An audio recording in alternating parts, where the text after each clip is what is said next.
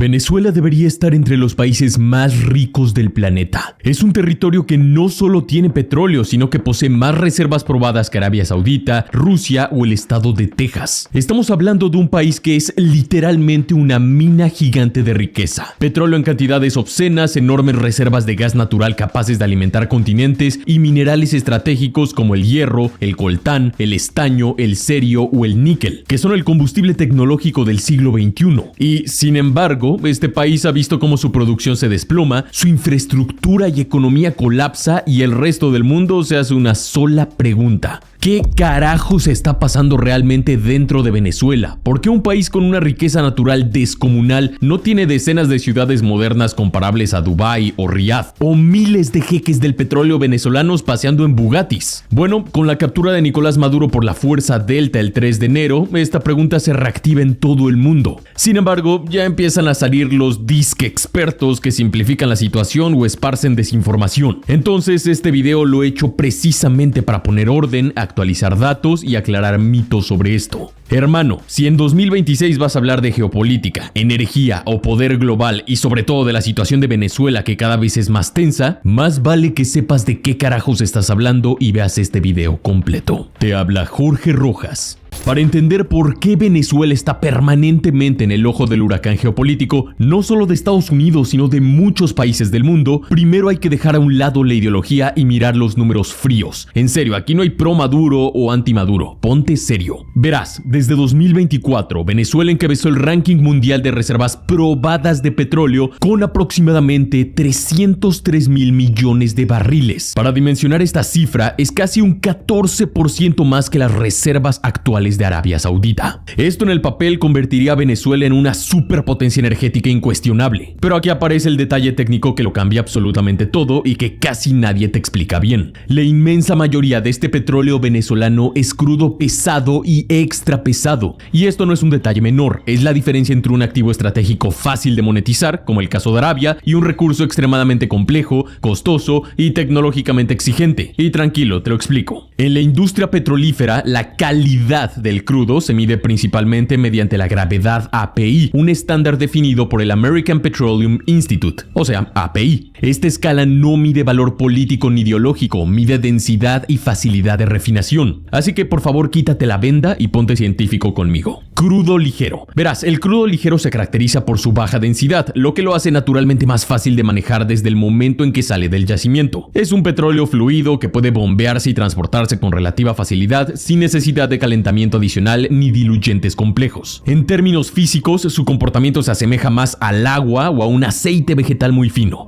muy lejos de la imagen espesa que la mayoría tenemos del petróleo. Gracias a estas propiedades ofrece un alto rendimiento en gasolinas, diésel y combustibles limpios, lo que lo convierte en un crudo altamente valorado por refinerías convencionales. Además, por lo general es un crudo dulce, sweet, es decir, con bajo contenido de azufre, lo que reduce costos de refinación y emisiones contaminantes. Crudo pesado y extra pesado. Ahora bien, el crudo pesado y extra pesado se caracteriza por su alta densidad, lo que lo convierte en uno de los tipos de petróleo más difíciles de manejar desde el punto de vista técnico. Es un petróleo extremadamente viscoso. Su comportamiento se parece más al de un material semisólido que al de un combustible convencional. Visualmente se asemeja mucho más a la melaza espesa, al chapopote o a la brea. De hecho, esa imagen mental popular del petróleo negro y espeso corresponde casi siempre a crudo pesado. A temperatura ambiente este apenas fluye, y en muchos casos no fluye en absoluto sin la aplicación de calor, diluyentes o ambos. Por eso requiere técnicas especiales de extracción, transporte y procesamiento. Entonces, la diferencia clave está en la química. Desde un punto de vista estrictamente científico, el crudo pesado se distingue por su composición química. Contiene cadenas de hidrocarburos mucho más largas y complejas, lo que incrementa su densidad y dificulta su procesamiento. Además, presenta una mayor proporción de carbono pesado, lo que reduce el rendimiento directo en combustibles ligeros y obliga a procesos de refinación más intensivos. Y como dije, a esto se suman altos niveles de azufre, un elemento indeseable desde el punto de vista ambiental y técnico, y la presencia significativa de metales como vanadio y níquel, que pueden dañar catalizadores y encarecer la refinación. Así que por estas razones, este tipo de petróleo pesado se clasifica como crudo agrio, sour, un término técnico de la industria que, en contraste con el crudo dulce, sweet, el cual es más limpio, contiene menos azufre y resulta mucho más sencillo de procesar. exportar. Espero que haya quedado muy claro. Ahora, Venezuela no produce un solo tipo de petróleo pesado, sino varias calidades distintas de crudo pesado y extra pesado, cada una con características químicas, usos y mercados diferentes. De todos ellos hay 3 que dominan la producción venezolana por volumen e importancia estratégica. Son los que realmente mueven el negocio petrolero del país. Aquí nos vamos a poner un poco más científicos. Merey 16 grados API. Este es, sin exagerar, el crudo pesado insignia de Venezuela. El Merey 16 es uno de los principales crudos exportados por Petróleos de Venezuela, PDVSA, y proviene principalmente de la franja petrolífera del Orinoco, el verdadero corazón petrolero del país. Técnicamente, el Merey 16 no sale así tal cual del subsuelo. Es una mezcla de crudos extrapesados del Orinoco con diluyentes o crudos más ligeros, diseñada específicamente para hacerla transportable y refinable. ¿Y por qué esto es tan importante? Bueno, porque muchas refinerías en Asia y algunas en otros mercados sí tienen la tecnología, los cockers y los hydrocrackers necesarios para procesarlo. También porque es el estándar comercial venezolano en el mercado internacional y porque ha sido pieza clave en acuerdos, trueques y negociaciones internacionales. Boscan Heavy. Luego está el Boscan, uno de los crudos más pesados del país. Este proviene del campo Boscan en el estado Zulia y tiene una gravedad API de apenas 10 a 11 grados, lo que lo convierte en un crudo extremadamente denso y viscoso. Pero a pesar de eso, el Boscan ha sido históricamente uno de los más constantes en producción, incluso en momentos de colapso operativo. Es un crudo muy demandado para usos específicos como asfalto, mezclas industriales y ciertos procesos de refinación pesada. Este es un producto que también ha llegado a mercados asiáticos pese a sus enormes desafíos técnicos. En pocas palabras, no es un crudo bonito ni fácil, pero sí es comercialmente útil para quien sabe procesarlo. Tijuana Heavy. El Tijuana Heavy es otro crudo pesado clásico venezolano, también asociado a la cuenca del lago de Maracaibo. Durante décadas fue base del desarrollo petrolero occidental del país. Es un crudo pesado estable, usado tanto para consumo interno como para exportación. Aunque el Tijuana hoy tiene menos protagonismo mediático que el Merey, sigue siendo un pilar histórico de la producción pesada venezolana. Existen otros crudos como el Morichal, el BCF1, el Pilón o el Bachaquero 13. Pero es importante entender algo clave: estos no se producen en las mismas cantidades ni con la misma relevancia que el Merey 16 o el Boscan. Muchos de ellos son variantes extra pesadas de la faja del Orinoco que se mezclan, se mejoran o se diluyen para terminar convertidos nuevamente en Merey u otros grados exportables. Y aquí entran en juego las empresas mixtas de petróleos venezolanos como Petropiar, Pedrocedeño o Petromonagas, que se encargan de ese proceso de transformación. Un punto que casi nunca se explica bien es este: la mayor parte de la producción venezolana actual depende de alianzas internacionales. Petróleos venezolanos ha necesitado y sigue necesitando operar junto a socios como Chevron, CNPC y Rosneft. ¿Por qué?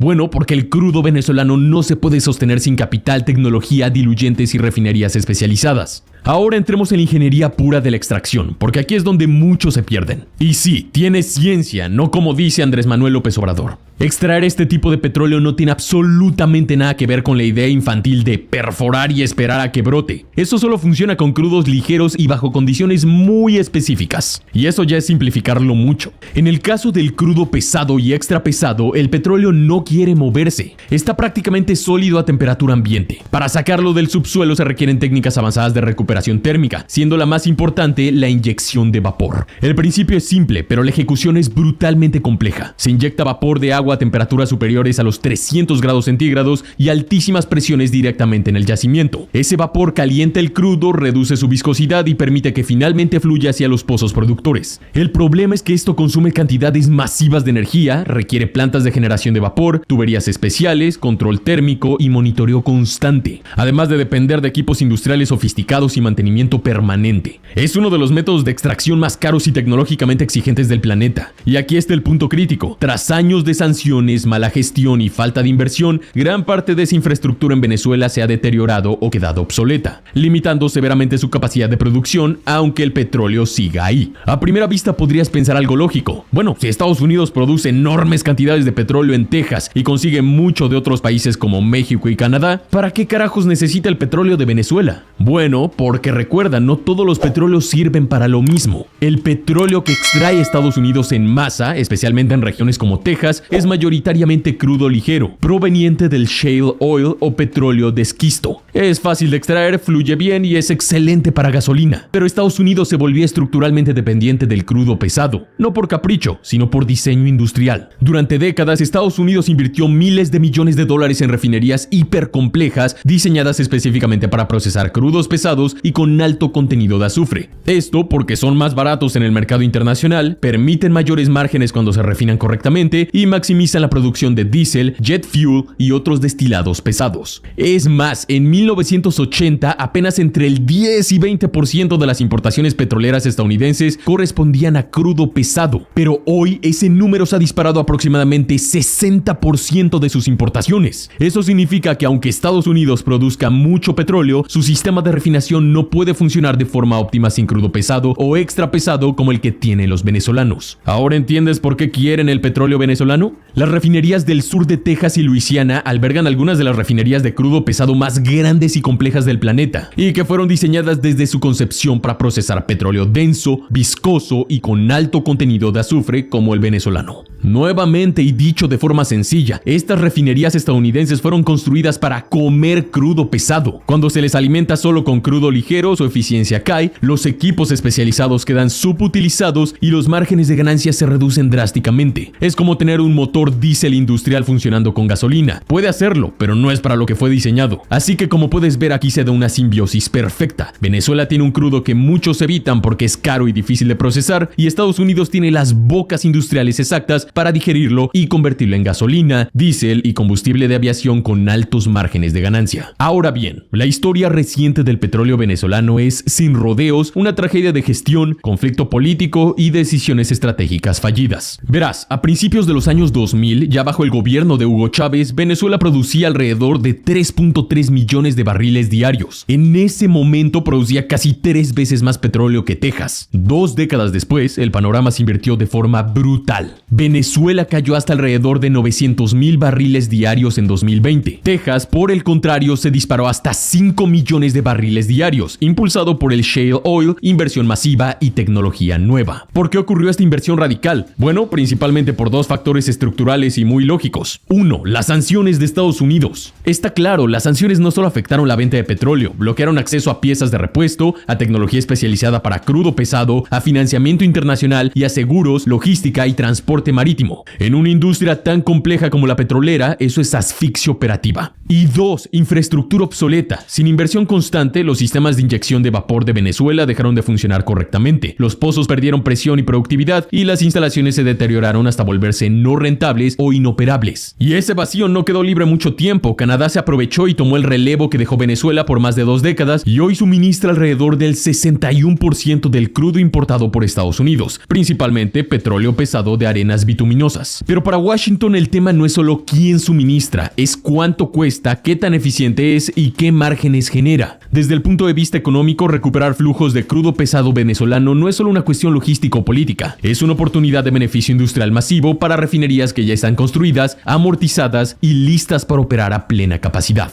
Pero si el petróleo ya te parece impresionante, prepárate. Pocos lo saben, pero Venezuela posee enormes reservas de gas natural estimadas en más de 200 billones de pies cúbicos. Sí, billones en español, no billones anglosajones. Esto según el Ministerio del Poder Popular de Petróleo de Venezuela, ENAGAS, y el US Energy Information Administration. Bueno, para ponerlo en contexto, esto coloca a Venezuela entre los 10 países con mayores reservas de gas natural del mundo y el puesto número 25 en producción mundial de gas natural. Cosas muy diferentes tener reservas a poder extraerlas. Ahora viene el dato que casi nunca se explica bien. A precios internacionales actuales del gas natural, esas reservas en bruto tendrían un valor aproximado de hasta 800,000 millones de dólares. Para dimensionar esta cifra, equivale en términos de magnitud económica a financiar alrededor de 32 portaaviones nucleares clase USS Gerald R. Ford. Estos completamente equipados con su ala aérea embarcada, munición, sistemas de combate, tecnología, infraestructura asociada y listos para operar en condiciones reales. Lo verdaderamente increíble es que una porción significativa de estas reservas sigue sin explotarse. No porque no existan, no porque no sean rentables, viables, sino porque faltan 4 cosas fundamentales. 1. Infraestructura, gasoductos, plantas de procesamiento, sistemas de compresión y exportación. 2. Tecnología, especialmente para campos costa afuera y yacimientos complejos. 3. Logística, transporte pesado, conexión con mercados regionales e integración energética. Y 4. Seguridad jurídica. Sin reglas claras, ningún proyecto de gas a largo plazo es viable para los titanes empresariales. En el mundo del gas natural, a diferencia del petróleo, las inversiones se planifican a 20 o 30 años. Sin estabilidad, el gas natural simplemente se queda atrapado bajo tierra. Este es el punto que casi nadie conecta. El gas natural no es solo energía, es electricidad por montones, industria pesada, fertilizantes, petroquímica, transición energética y seguridad energética regional. El hierro, el esqueleto invisible de la industria. La mayoría de los supuestos expertos en internet se quedan atorados en el petróleo. Algunos con suerte te mencionarán el gas natural, pero casi nadie habla de los yacimientos ferríferos, por ejemplo en el Cerro de Bolívar, y los depósitos en el arco minero del Orinoco. Debe quedarte claro, sin hierro no existe industria moderna, no hay acero, no hay infraestructura grande, ni edificios, no hay armas, ni maquinaria, ni trenes, puentes, autos, turbinas, ni rascacielos. Al día de hoy, Venezuela posee alrededor de 4.000 millones de toneladas de reservas de mineral de hierro, lo que lo coloca aproximadamente como la 12ª reserva más grande de todo el mundo. Estamos hablando de un activo estratégico de escala global. A precios actuales, alrededor de $107 por tonelada de hierro, esas reservas tienen un valor bruto cercano a $428.000 millones.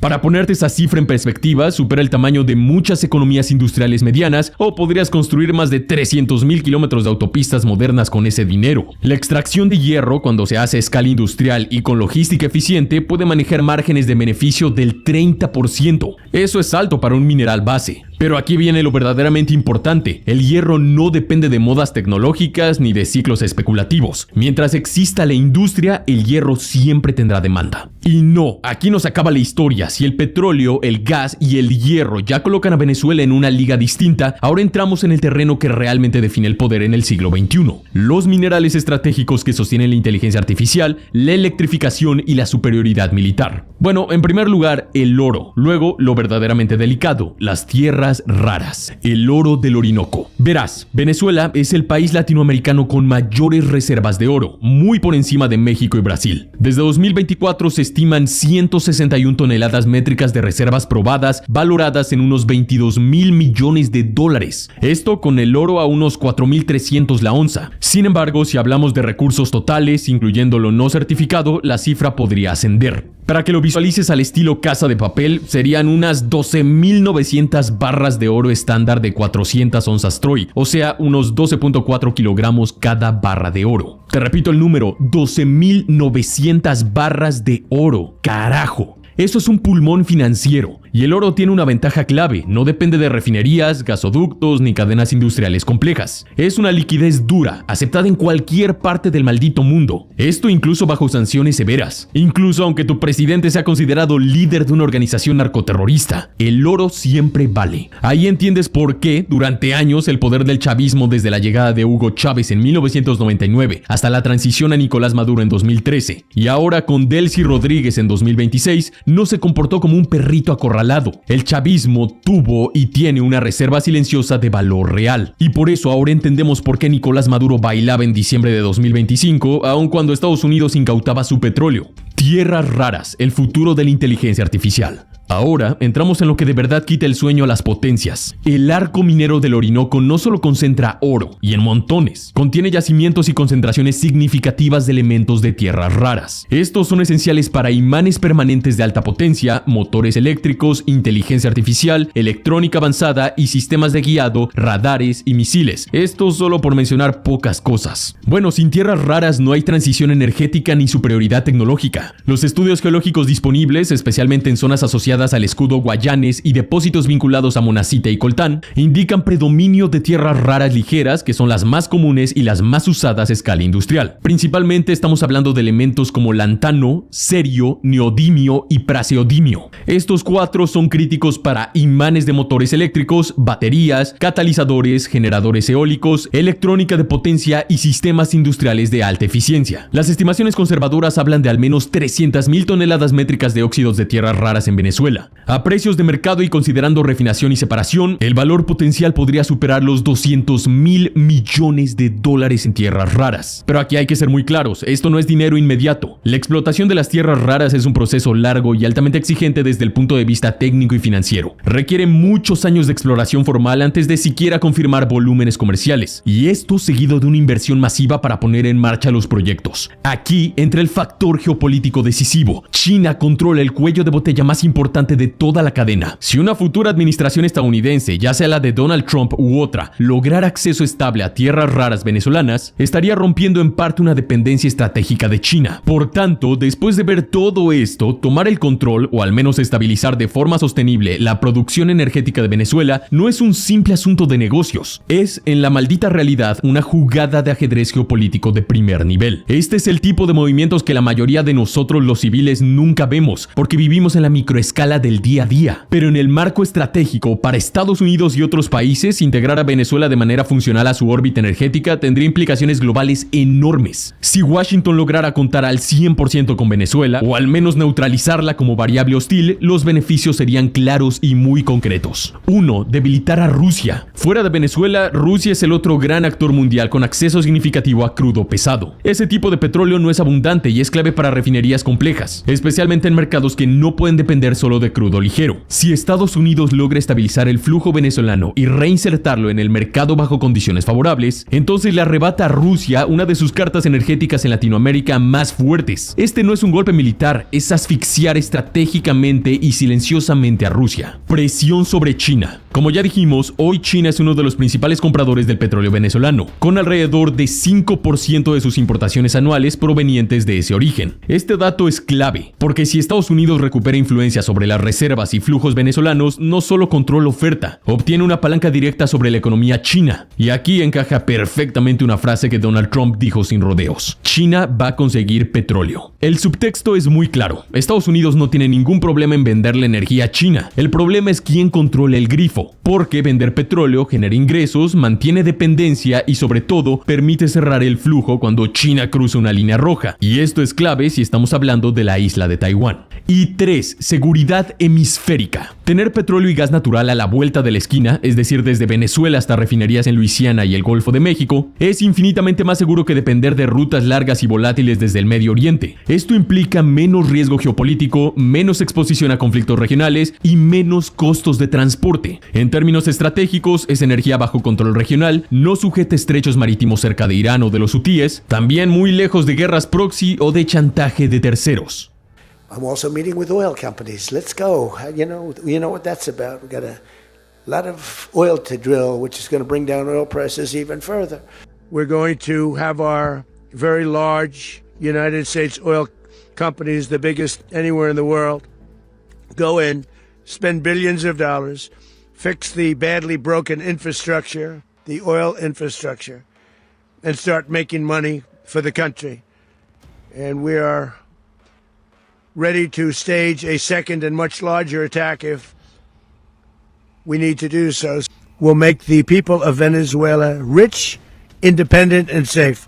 En definitiva, y como has podido ver, Venezuela ha dejado de ser vista solo como un país en crisis y socialista para convertirse en un activo estratégico clave para la seguridad y la economía de Estados Unidos. La combinación de las mayores reservas de petróleo del mundo, gas natural aún sin explotar, hierro de alta calidad y minerales tecnológicos críticos crea una masa de riqueza imposible de ignorar. El control o la estabilización de estos recursos no solo generaría cientos de miles de millones en ingresos, sino que reconfiguraría el equilibrio de poder, reduciendo la influencia de Rusia y China en el continente americano. La realidad es incómoda, lo sé, pero es clara. En geopolítica se habla de libertad y democracia, pero lo que realmente mueve las decisiones es el petróleo pesado, el gas natural, los minerales y las tierras raras.